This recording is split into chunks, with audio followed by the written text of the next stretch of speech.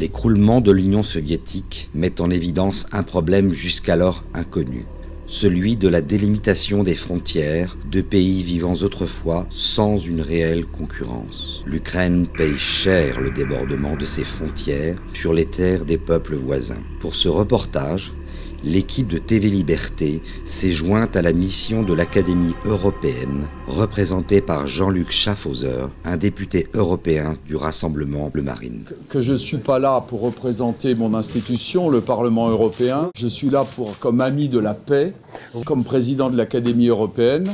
L'objectif est d'établir le degré de sincérité du scrutin du 1er novembre dans la République populaire du Donetsk, et de rendre compte des sévices subis par la population civile. Je tiens effectivement à vérifier que les critères dans les conditions actuelles, qui sont quand même difficiles...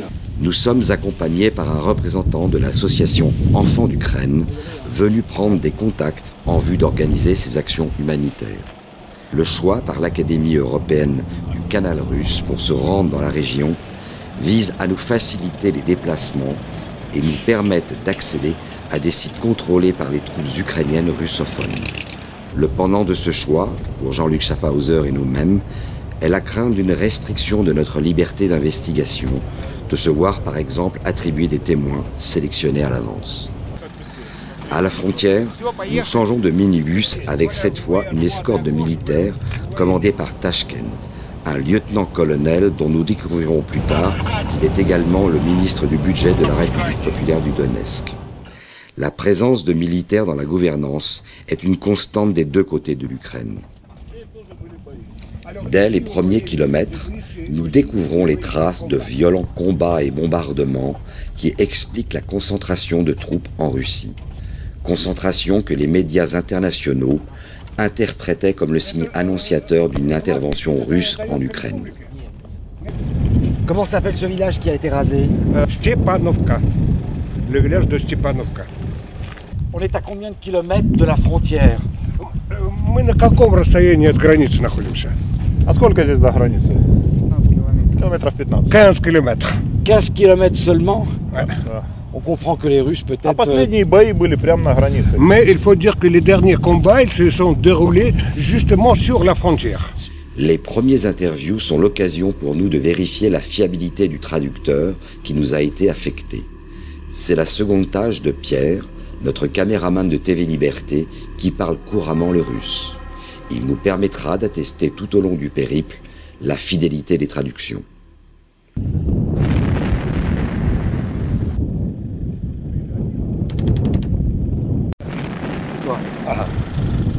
Les bruits d'artillerie qu'on entend là en ce moment, ça veut dire qu'il y a des combats? D'après Alexandre, il a dit qu'il y a parfois les Ukrainiens qui pénètrent dans ce territoire et on les repousse, on fait le nettoyage un peu du territoire. D'accord, donc il y a des combats. Il y a...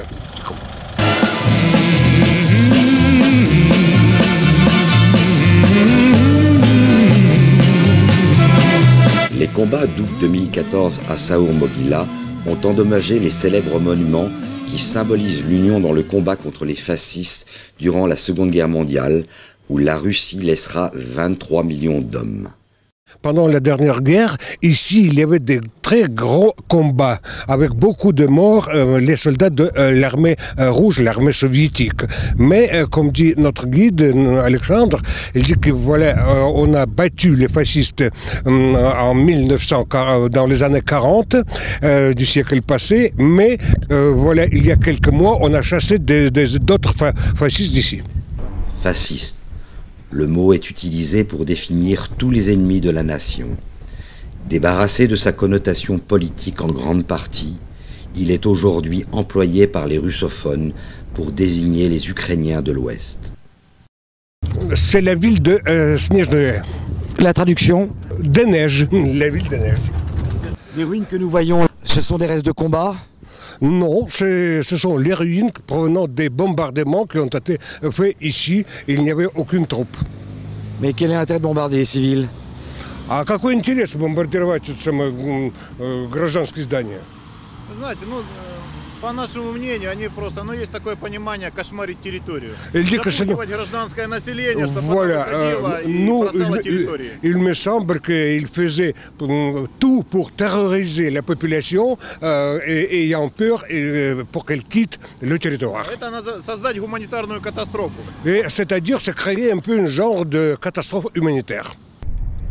Nous avons rendez-vous à la mairie de Donetsk qui fait office de parlement pour une conférence de presse de Jean-Luc Schaffhauser avec les médias internationaux. Je tiens effectivement à vérifier que les critères dans les conditions actuelles, qui sont quand même difficiles, sont des critères les plus démocratiques possibles, avec différents partis qui s'opposent, avec différents candidats, avec des listes électorales, avec du matériel électoral. Mais le plus important pour moi, c'est de s'inscrire dans ce projet de paix, car de toute façon, quand il y a la guerre, il faut à un moment donné faire la paix.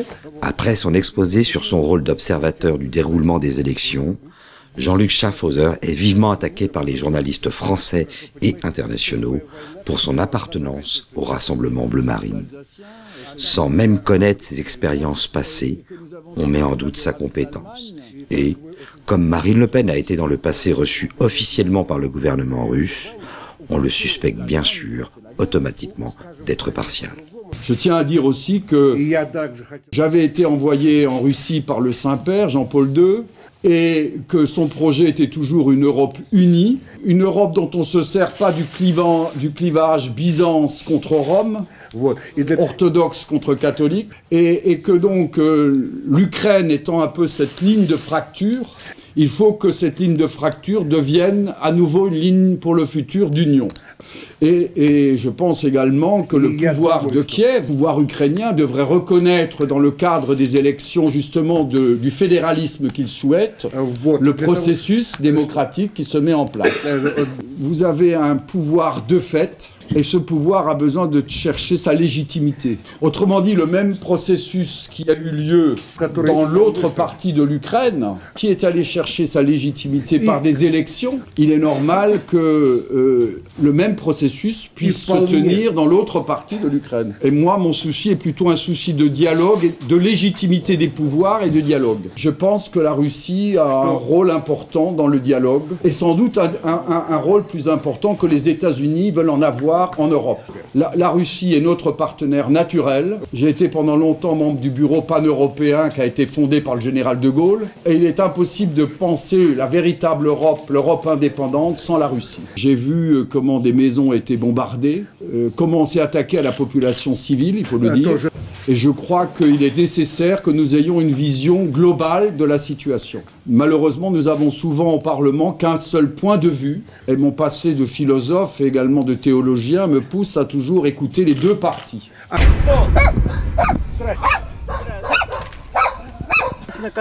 Et pourquoi on nous a punis, on ne comprend pas. Je ne sais pas. Parce qu'on vivait bien, notre vieillesse, nous avons eu ce cadeau. Est-ce qu'on vivait bien avant entre Ukrainiens et russophones? Il y a beaucoup de gens, beaucoup d'ethnies, beaucoup de nations qui vivent ici. Il n'y avait aucun problème. Personne ne traitait les autres d'une manière humiliante. Est-ce qu'elle vivait bien avec les Ukrainiens? Avait-elle des amis ukrainiens avant? Bien sûr, oui, non. Jusqu'à ce que Maïdan ne transforme tout le pays. Le conflit est quasiment exclusivement présenté comme une opposition entre un peuple ukrainien désireux de se libérer du joug de la superpuissance impérialiste russe. Quand il y a les Américains qui sont venus ici avec Maïdan, c'est fini. Non, on ne veut avoir rien de commun avec l'Ukraine. Et Amérique. Parce qu'ici, il y a deux lignes politiques, russes et américaines. Ils n'arrivent pas à partager entre eux le champ géopolitique. Et c'est l'Ukraine qui en souffre. Libye, Syrie, l'Ukraine. C'est pareil ici. Les russophones, eux, ont une vision géopolitique où les USA souhaitent attirer l'Ukraine dans l'Europe afin de la neutraliser. L'Europe étant pour les Américains une zone non étatique, une sorte de no-step land. En clair, c'est le retour de la guerre froide. Je m'appelle Alexandre Akimovitch Karaman. Je suis vice-premier ministre pour les questions sociales. Selon vous, quelle est l'origine du conflit? Une révolte populaire de part et d'autre, ou la poursuite de la guerre froide, un conflit russe-américain? Je pense que vous avez déjà fourni la réponse. Ce n'est pas un secret qu'il y a toujours l'avancée des forces de l'OTAN vers la Russie. Et vous savez que le territoire de sud-est de l'Ukraine, elle était toujours beaucoup plus proche avec la Fédération de Russie. Suite au refus de ratifier le traité d'association avec l'Union européenne, le président de l'État ukrainien, Viktor Yanukovych, sera, selon les termes des médias occidentaux, destitué. Voilà, et quand les pouvoirs de l'Ukraine, par un coup d'État militaire, ont pris le pouvoir, et quand ils ont choisi l'orientation de ces monolinguistiques, alors, pratiquement, ils ont refusé à la population de ces territoires une chose très importante. Le 23 février 2014, en abrogeant la loi sur les langues régionales, le Parlement retire aux Russes le statut de langue officielle dans 13 des 27 régions. Cela implique non seulement que tous les documents officiels doivent être rédigés uniquement en ukrainien, mais aussi que les cours dans les écoles ne doivent être dispensés qu'en ukrainien, que tous les noms de villes et autres noms propres doivent suivre l'orthographe et la prononciation ukrainienne, ce qui est mal vécu par la population russophone d'Ukraine. Et pourtant, la Russie est toujours présentée comme le grand responsable du conflit. Jeudi 28 août 2014, Barack Obama déclare que la Russie est responsable de la violence dans l'est de l'Ukraine. La violence est selon lui encouragée par la Russie. Le pouvoir de l'Ukraine, bien qu'il recevait toujours tous les impôts, toutes les taxes d'ici, et ils ont lâché complètement les retraités et depuis des mois, ils ne reçoivent pas les pensions retraite. Et nous pouvons voir ici, observer comment on paye les pensions retraite à certaines catégories des gens. Depuis plus de mois, on verse les pensions retraite aux invalides de la dernière guerre, aux enfants des invalides, ainsi qu'aux familles qui ont perdu les gens qui gagnaient l'argent. Le jeudi 28 août 2014, au Conseil de sécurité de l'ONU, les États-Unis appellent Moscou à cesser d'alimenter le conflit. Alors, les gens, ils demandaient ici deux langues. Ils demandaient aussi à décentraliser le pouvoir, c'est-à-dire donner plus d'autonomie et de l'indépendance. Et comme réponse, on a envoyé ici les troupes de l'armée régulière. De même, vous savez que par exemple en Écosse, la population voulait un peu plus de l'indépendance. Catalogne. En Suisse, on connaît qu'il y a 4 langues officielles. On sait qu'il y a certains problèmes entre les Wallons et les Flamands en Belgique. Mais personne ne tire. En Europe, on ne peut pas recourir à ces moyens-là, tandis qu'ici, on les stimule. Ça démontre une grande crise dans le droit international actuel. C'est pourquoi le peuple qui vit ici, alors, il ne se résignera pas à cette situation. Et ici, cette population pour laquelle la culture, la langue russe, l'histoire de la vie commune dans le cadre du même État, cela signifie beaucoup. À la lumière de ce que nous venons de voir, comparons les positions de Jean-Luc Schaffhauser, si controversées par les médias du système. Bon, d'abord, pourquoi l'Ukraine, pour moi, était très importante. Déjà en 1995, j'avais été invité par le président Kouchma. Et à l'époque, déjà, il y avait ce projet des États-Unis de couper l'Ukraine en deux.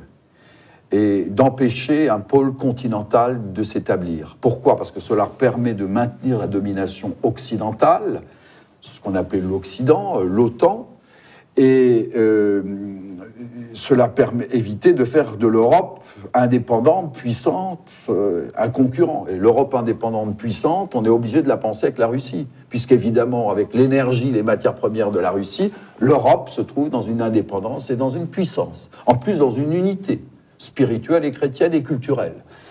Et donc, à la chute du mur, les Américains ont voulu, pour leur propre survie, d'une certaine manière de puissance, d'impérialisme, couper l'Europe en deux.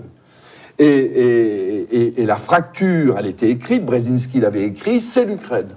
C'est l'Ukraine, c'est la coupure entre l'Occident et l'Orient, c'est Byzance et Rome, et donc il fallait accentuer cette fracture pour casser l'Europe et mettre la Russie à part. Et contre ce projet, évidemment, j'étais totalement opposé, puisque j'étais au contraire, je me suis engagé dans le combat européen pour la grande Europe, celle que voulait Jean-Paul II. Et donc, dans ces conditions-là, déjà la Fondation Soros, en 1995, œuvrait, préparait les forces démocratiques, les révolutions qui allaient avec, pour obtenir cela. Ce n'a pas été possible. Et moi, je l'avais d'ailleurs tout de suite dit à tous ceux qui avaient des velléités pour l'Ukraine venir en Europe, qui venaient me voir à Strasbourg, je leur disais « jamais ». Jamais, parce que vous devez être le trait d'union et non pas venir intégrer un bloc contre un autre bloc. 19 ans plus tard, les Américains sont arrivés à leur fin. Ils sont arrivés en utilisant Maïdan, des forces démocratiques sincères, sans doute sur leur fond, mais fondamentalement manipulées de l'extérieur.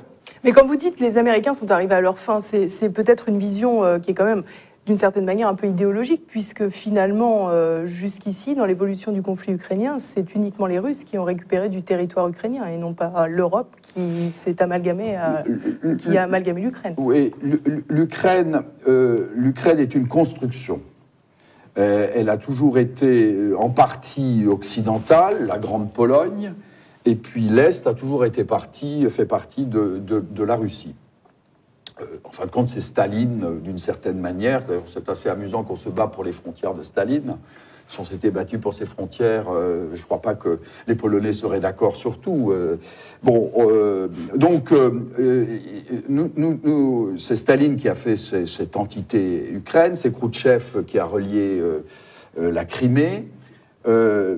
Donc l'Ukraine était en soi fragile, puisqu'elle est fabriquée d'une certaine manière et elle est de deux cultures différentes. Et donc évidemment, les Américains ne cherchent pas...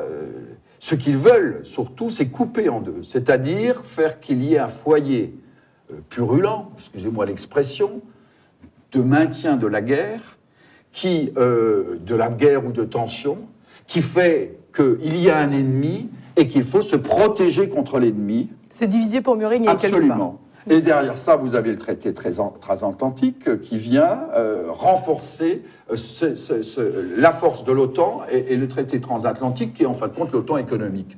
Et l'Europe, dans tout ça, elle n'existe plus. Elle est une annexe, elle n'a plus d'identité. Ces nations n'existent plus d'ailleurs non plus, puisque dans le grand schéma européen, elles ont vocation à se fondre, nos identités, notre culture, notre histoire, au profit, en fin de compte, de cet impérialisme, il faut le dire, mondial. Nous avons une offensive très claire.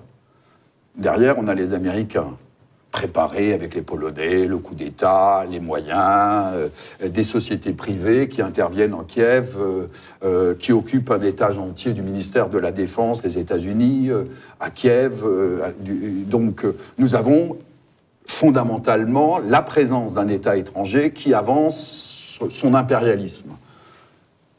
Il est logique que face à cet impérialisme se dégagent ceux qui veulent défendre leur indépendance.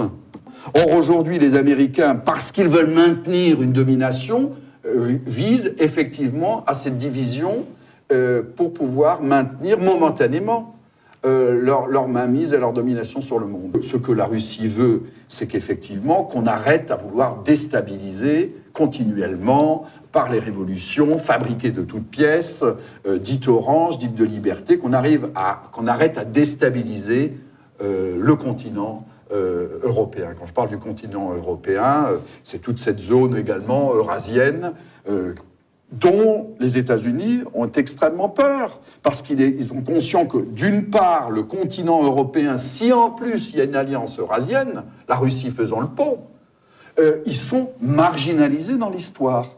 Donc, qu'on arrête ce jeu-là, qui peut se comprendre en termes géopolitiques, mais enfin, l'Europe a aussi à défendre ses intérêts, et puis l'Europe a à défendre la paix en interne. Qu'on arrête ce jeu-là au profit, effectivement, d'une Europe qui doit exister dans son identité et sa culture. Pour mieux comprendre l'origine du conflit, une mise en perspective de l'histoire de l'Ukraine est nécessaire. Jean-Pierre Arignon, pourriez-vous tout d'abord nous rappeler dans quelles conditions, un petit peu avant l'an 1000, se constitue la Russie, qui va être en fait la première Russie de Kiev? Voilà. Alors, il faut tout de suite, et vous voyez, on entre dans le vif du sujet, poser une problématique autour du nom de ce premier État russe. Il s'appelle la Rousse de Kiev. Elle apparaît à partir des années 862 avec Rurik, qui va donner son nom à la dynastie des Rourikides. Vous savez que la Russie n'a connu que 2 dynasties, les Rourikides et les Romanov. Il va fonder un État qui est un État fluvial, sur un axe fluvial qui est celui du Dniepr. Et il est très important de dire que le fleuve russe, par excellence, n'est pas la Volga. C'est bien évidemment le Dniepr autour duquel se constituait ce premier État russe ayant pour capitale Kiev. Et alors justement, évoquons peut-être l'histoire de cette région un peu particulière qu'est le Donbass. Alors c'est ça, c'est ce qu'on appelle le Donbass, avec Donetsk et Lugansk, les deux plus grandes villes, qui sont des grandes villes, qui sont des villes industrielles avec une région de tradition minière et industrielle. Après la guerre civile, c'est-à-dire de 1917 à 1920, en 1921, les bolcheviks ont offert la région du Donbass de ce qu'on appelait précédemment la Novorossia et qu'on voit réapparaître comme appellation. Mais n'oubliez pas aussi qu'on appelait l'Ukraine la Malorossia, c'est-à-dire la petite Russie, qu'on appelle la Biélorussie toujours la Biélorussie, la Russie blanche, etc. Il y avait donc des régions comme ça qui avaient leur nom. Et la Novorossia en faisait partie. Mais c'est vrai que c'était une appellation qui était un peu en désuétude, on s'en servait plus. Là, elle réapparaît.